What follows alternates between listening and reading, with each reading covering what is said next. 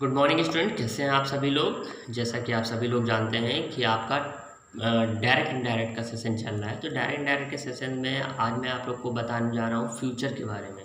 सारा फ्यूचर आज मैं कंप्लीट करूँगा। देखिए बेटा, यहाँ पे आज मैं सबसे पहले फ्यूचर इंडेफिनिट से शुरुआत कर रहा हूँ।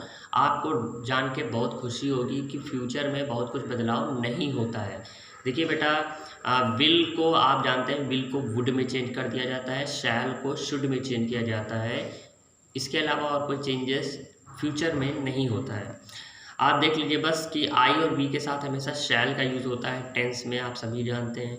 और बाकी जितने भी बचे, रेस्ट किस होता है बेटा, बचना। तो जितने भी बचे जैसे कि ही बचा, शी बचा, इट बचा, दे बचा, यू बचा, किसी का नाम बचा, कोई भी चीज़ हो, उन सब के साथ विल लगता है। और बाकी आई बी के साथ हमेशा शैल लगता है। तो जब आप डायरेक्ट से इनडायरेक्ट बदलेंगे तो आप ध्यान रखेंगे, अगर विल आ जाता है तो उसी के अकॉर्डिंग आप चेंज करेंगे, और शैल आएगा तो उसके अकॉर्डिंग आप चेंज करेंगे। विल के बाद वुड आना चाहिए, और शैल जो है वो शुड में चेंज हो जाता है। तो आइए शुरू करते हैं। सबसे पहले हम प्रेजेंट इंडेफिनिट देखने जा रहे हैं। प्रेजेंट इंडेफिनिट में देखिए बेटा, लिखा हुआ है the teacher said Ram I shall give you a book. Teacher ने कहा Ram I shall give you a book, मैं तुम्हें एक बुक दूंगा। तो द टीचर को द टीचर आप सेम लिखेंगे एज इट इज़। सेड की जगह पे आप टोल्ड लिखेंगे। अब आप कहेंगे अरे कैसे कैसे, रुकिए रुकिए रुकिए रुकिए, यहाँ पे टू तो है ही नहीं, है ना। यहाँ पे आपने टोल्ड कैसे लिख दिया। तो आप देखिए, कल मैंने आपको समझाया था एक एग्जांपल से। यहाँ पे जो राम है वो आपका क्या है, ऑब्जेक्ट है। क्योंकि राम भी है, आई भी है, तो दो दो यहाँ पर एक साथ सब्जेक्ट क्या कर रहे हैं ना। इसका मतलब राम जो है वो क्या है, एक ऑब्जेक्ट है। और जब कभी भी ऑब्जेक्ट आता है तो सेड किस में चेंज हो जाता है, टोल्ड में चेंज हो जाता है। ओके, केवल हर बार टू देख के ये रटना नहीं है, आपको क्या देखना है, सेट के बाद ऑब्जेक्ट है या नहीं है। ऑब्जेक्ट का होना बहुत कंपलसरी है। तो यहाँ पे आप लिखेंगे द टीचर का द टीचर लिखेंगे, सेट जो है वो आपका टोल्ड में चेंज हो जाएगा क्योंकि राम यहाँ पर है। इन्वर्टेड कॉमा हटाएंगे, दैट लिखेंगे। आई, आई कौन सा पर्सन होता है बेटा, आई आपका फर्स्ट पर्सन होता है। फर्स्ट पर्सन किसके अकॉर्डिंग, सब्जेक्ट के अकॉर्डिंग, टीचर के अकॉर्डिंग। टीचर क्या है, लड़का या लड़की है, तो कंफर्म नहीं है, इसलिए आप कुछ भी लगा सकते हैं। यहाँ पे मैंने ही लगा दिया है। और यहाँ पे शैल का क्या हो गया, वुड हो गया है। अब आपको भी ये तो गलत बात है, अभी तो बताया था शैल के साथ शुड होता है ना। तो आपको बता दो कि देखिए बेटा, ही के साथ क्या होता है, विल होता है, इसलिए यहाँ पे क्या हो जाएगा, वुड हो जाएगा। ओके, मतलब पास्ट में ले जुड़ जाना है, पर इस चीज़ की भी हम लोग को अकल होनी चाहिए कि ही शी के साथ क्या लगना होता है। अगर ही शी के साथ और ही शी इट इन सब के साथ विल लगना होता है तभी विल का वुड करना है, और आई भी आता है तभी शैल का शुड करना है। तो यहाँ पे क्या कर देंगे, ही वुड कर देंगे। और ये देखिए फर्स्ट फॉर्म गिव दी गई है, यहाँ पर भी फर्स्ट फॉर्म है। ये कोई गिव का गिव, गिवन ऐसा कुछ नहीं करना है आपको, फर्स्ट फॉर्म लिख देनी है। यू आ गया है, यू आने का मीन्स है कि यू आपका सेकंड पर्सन होता है। सेकंड पर्सन जो है वो आपका हमेशा ऑब्जेक्ट के अकॉर्डिंग चेंज होता है, यानी राम के अकॉर्डिंग चेंज हो गया। राम क्या है, एक लड़का है, इसलिए यहाँ पे क्या लिख दिया गया है, हिम लिख दिया गया है। उसके बाद ये जो आ बुक है उसको एज इट इज़ उतार दिया गया है। नेक्स्ट देखिए, यहाँ पे लिखा हुआ है बेटा, he said to me he will say this, कि मैंने उसे कहा कि वह यह कहेगा। तो यहाँ देखिए ही सब्जेक्ट है, इसको उतार दीजिए। सेड टू को टोल्ड में चेंज कर दीजिए, मी को उतार दीजिए, इन्वर्टेड कॉमा हटाइए, दैट लगाइए। अब देखिए यहाँ पे ही क्या है, ही आपका थर्ड पर्सन है। थर्ड पर्सन अगर आप सन फॉर्मूला देखेंगे तो थर्ड पर्सन नो चेंज होता है, इसलिए यहाँ पे ही का ही उतार देंगे। अब देखिए विल का यहाँ पे वुड हुआ, आप कहोगे फिर कैसे, यहाँ तो कुछ हुआ ही नहीं। तो यहाँ पे फिर देखिए, यहाँ पे ही के साथ क्या लगता है, विल लगता है। और विल अगर आता है ही के साथ तभी विल का वुड आपको करना है। और से का से उतार देंगे, दिस का दैट हो जाता है। आप कहोगे दिस का दैट कैसे हो गया, तो देखिए आपको पिछले वीडियो देखने होंगे, मैं आपको लिस्ट बता चुका हूँ। हेयर का देयर, टुडे का दैट, डे सब बता चुका हूँ, इसमें सब कुछ लिखा हुआ है, तो इसीलिए दिस का दैट हो गया है। ओके, नेक्स्ट देखिए दिखा हुआ है द टाइपिस्ट सेड। टाइपिस्ट क्या होता है, जो टाइप करते हैं। Okay, the typist said you will wash, तो यहाँ पे लिखेंगे द टाइपिस्ट को द टाइपिस्ट लिखेंगे, सेड का सेड उतारेंगे क्योंकि यहाँ पे कोई ऑब्जेक्ट नहीं है। ओके, यू तो सब्जेक्ट है आगे वाले का, तो यहाँ पे इन्वर्टेड कॉमा हटाएंगे, दैट लिखेंगे। यू आपका कौन सा पर्सन है, सेकेंड पर्सन है। तो सेकेंड पर्सन किसके अकॉर्डिंग चेंज होता है, ऑब्जेक्ट के अकॉर्डिंग चेंज होता है, और ऑब्जेक्ट यहाँ पर नहीं है। तो जब ऐसा कोई सिचुएशन आती है, तो इससे पहले वाले वीडियो में मैं बता चुका हूँ कि यहाँ पर जब ऑब्जेक्ट नहीं होती है तो यहाँ पे हमको देखना चाहिए। यहाँ पे अगर थर्ड पर्सन होता है तो हमको यहाँ पर हमेशा फर्स्ट पर्सन ले लेना चाहिए। अगर यहाँ पे फर्स्ट पर्सन होता है तो यहाँ हमेशा हमको थर्ड पर्सन ले लेना चाहिए। पिछले वीडियो आपको बहुत ध्यान से देखने होंगे, वरना सर के ऊपर से सब निकल चुका होगा आपके, ठीक है ना। तो यहाँ पर जो है आप यू की जगह क्या आ जाएगा, आई आ जाएगा। क्यों आ जाएगा, क्योंकि यहाँ पर थर्ड पर्सन है। ओके, तो थर्ड पर्सन आने पर हमेशा हम फर्स्ट पर्सन ले लेंगे। आई के साथ हमेशा विल का यूज़ करते हैं। आई के साथ हमेशा आई के साथ किसका यूज़ करते हैं, आई के साथ शैल का यूज़ करते हैं। तो देखिए यहाँ पे बताइए गलत है कि सही है। आई के साथ वुड होना सही है, गलत है ना। यहाँ पे क्या होना चाहिए, यहाँ पे होना चाहिए शुड होना चाहिए। ओके, और यहाँ पे वुड नहीं होना चाहिए। ओके, आई के साथ शुड शैल लगता है ना, तो शैल का शुड में चेंज होता है, तो यहाँ पे शुड होना चाहिए। वॉश का वॉश होगा।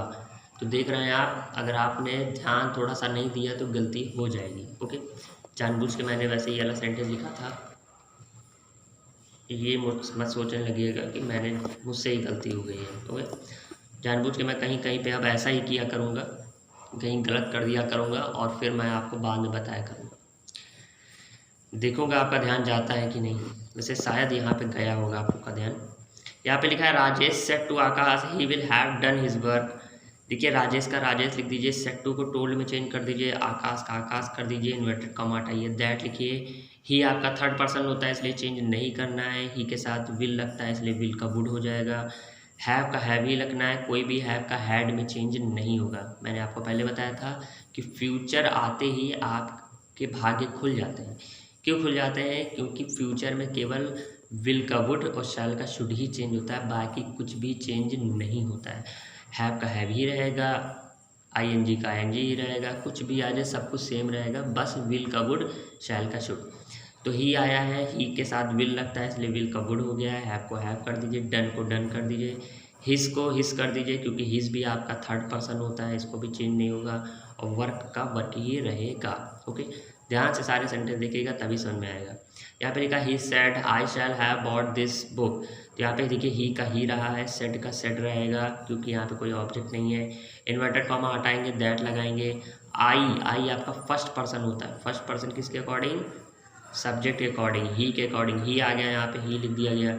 अब ही आ गया तो ही के साथ विल लगता है, तो विल का क्या हो जाएगा, वुड हो जाएगा। फिर इसको हैव को उतार दीजिए, बॉट को उतार दीजिए, दिस का क्या हो जाता है, दैट हो जाता है, और उसके बाद आपने बुक लिखी। तो बहुत आसान है, कोई टफ नहीं है। फ्यूचर कंटिन्यूस देखते हैं। फ्यूचर कंटिन्यूस के मैंने एक ही एग्जांपल लिया है, बहुत आसान है क्योंकि यहाँ पे लिखा है the teacher said you will be doing, तो आपको कुछ नहीं करना है। द टीचर का द टीचर लिखना है, सेड का सेड करना है, इन्वर्टेड कॉमा हटाना है, दैट लिखना है। यू आपका क्या होता है, सेकंड पर्सन होता है। सेकंड पर्सन किसके अकॉर्डिंग चेंज होता है, ऑब्जेक्ट के अकॉर्डिंग चेंज होता है। ऑब्जेक्ट यहाँ पर है नहीं, तो जब नहीं होता है तो क्या करते हैं, सोचो ज़रा क्या करते हैं। नहीं याद आ रहा है, कुछ भी नहीं याद आता है आप लोग को, थोड़ा आप लोग ध्यान दिया करिए बेटा। देखिए यहाँ पर जो है, हाँ कुछ बच्चों ने ध्यान भी दे लिया है, मालूम है, तुरंत प्राउड फील होने लगता है आप लोग को। देखिए बेटा यहाँ पर जो है आपको ऑब्जेक्ट नहीं है, तो जब कभी ऑब्जेक्ट नहीं होता है तो हमें यहाँ देखना चाहिए यहाँ क्या है। अगर यहाँ फर्स्ट पर्सन आता है तो आप यहाँ पे थर्ड पर्सन यूज़ करेंगे, अगर यहाँ थर्ड पर्सन आता है तो यहाँ फर्स्ट पर्सन यूज़ करेंगे। ओके, लेकिन ये खेल तभी करना है जब यहाँ पे ऑब्जेक्ट ना हो और यहाँ पे यू हो। ओके, तो यहाँ पर मैंने देखा यहाँ ऑब्जेक्ट नहीं है और यहाँ पर यू है, तो यहाँ पर देखेंगे आप क्या है, यहाँ पे क्या है, थर्ड पर्सन। टीचर आपका थर्ड पर्सन होता है, तो थर्ड पर्सन है तो यहाँ पे आप क्या ले आएंगे, फर्स्ट पर्सन ले आएंगे। इजी है गाइस, थोड़ा ध्यान तो दो। आई के साथ, आई के बाद विल लगता है, क्या लगता है, क्या लगता है, सोचो सोचो सोचो। गुड, तो यहाँ पर आपका क्या हो जाएगा, शुड हो जाएगा, है ना। समझ में आ रही है ना बात, आप तो समझ में आ गया ना, मैं गलत नहीं लिखता हूँ। तो यहाँ पे हो गया आई के साथ शुड, फिर बी और डूइंग, कुछ भी चेंज नहीं होगा, केवल आपको यहीं से चेंज करना है। आई के साथ देखिए, आई के साथ हमेशा शैल लगता है। ओके, तो आई के साथ शैल लगता है और शैल का इसीलिए शुड हो रहा है। ओके, वुड यहाँ पर नहीं होगा। ओके, नेक्स्ट देखिए आपका फ्यूचर परफेक्ट कंटिन्यूस है। फ्यूचर परफेक्ट कंटिन्यूस में आप जानते हैं जैसे इसमें टाइमिंग होती है। Mohan said to Radha I will have been reading since 2 o'clock, तो मोहन का मोहन लिख दीजिए, सेट टू को टोल्ड में चेंज कर दीजिए, राधा का राधा लिख दीजिए, इन्वर्टेड कॉमा हटाइए, दैट लिखिए। आई आपका फर्स्ट पर्सन है, फर्स्ट पर्सन किसके अकॉर्डिंग, सब्जेक्ट के अकॉर्डिंग। मोहन, मोहन क्या है, लड़का है, लड़का है तो ही लिखिए। ही के साथ क्या आता है, विल आता है। ओके, तो यहाँ पे लिख दीजिए आप वुड, है ना। अच्छा बताइए, ये सही है क्या? ये सही है?